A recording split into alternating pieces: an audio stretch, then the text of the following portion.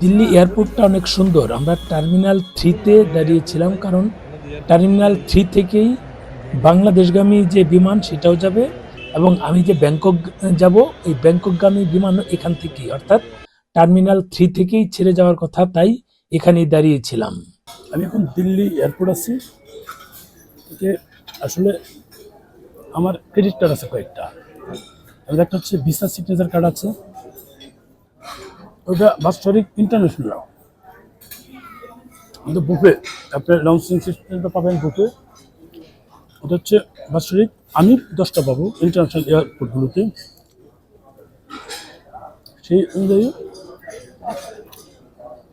দিল্লিতে যেহেতু আসছি, কাশ্মীর গিয়েছিলাম, শ্রীনগর থেকে জম্মু, জম্মু থেকে গতকাল 7:15 ট্রেন ছাড়ে দুরন্ত এক্সপ্রেস, সেটা দিয়ে দিল্লি আসি। দিল্লি থেকে আজকে আমি ব্যাংকক যাচ্ছি, দিল্লি থেকে ব্যাংকক যাচ্ছি, সে হিসেবেই দিল্লি এয়ারপোর্ট। এবং দিল্লি এয়ারপোর্টে এসে এখানে একটা, যেহেতু আমার বছরে 10টা লাঞ্চ পাবো,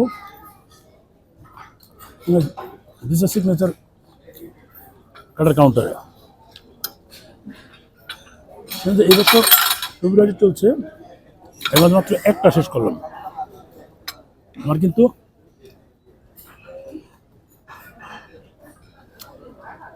আরো 9টা আছে, আমার আরো 9টা আছে, হাতে সময় কম, কিন্তু আমি বেশি সময় দিতে পারছি না, দ্রুত খেতে হচ্ছে। 10টা ফ্লাইট, আমি কাস্টমস ইমিগ্রেশন শেষ করেছি।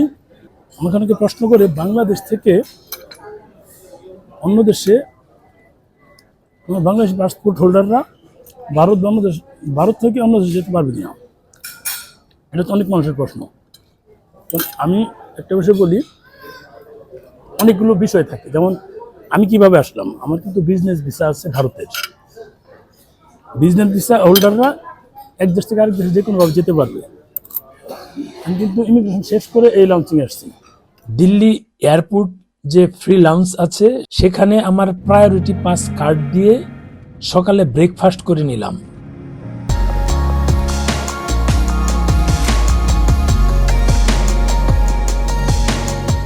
আমি জানতাম যে ইন্ডিগো বিমানে খাবার দেওয়া হয় না, কিন্তু তারপরে খাবার নিয়েছিলাম, কারণ প্রায় 5 ঘন্টার জার্নি ছিল, সে কারণে আমি খাবারটা অ্যাডভান্স বুকিং দিয়েছিলাম।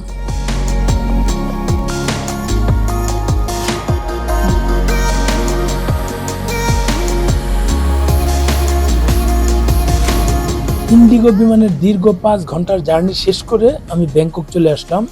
এই যে এখানে আমি আমার ব্যাগ নেওয়ার জন্য, অর্থাৎ লাগেজ নেওয়ার জন্য দাঁড়িয়ে আছি, কারণ ইমিগ্রেশন শেষ করে ফেলেছি অলরেডি।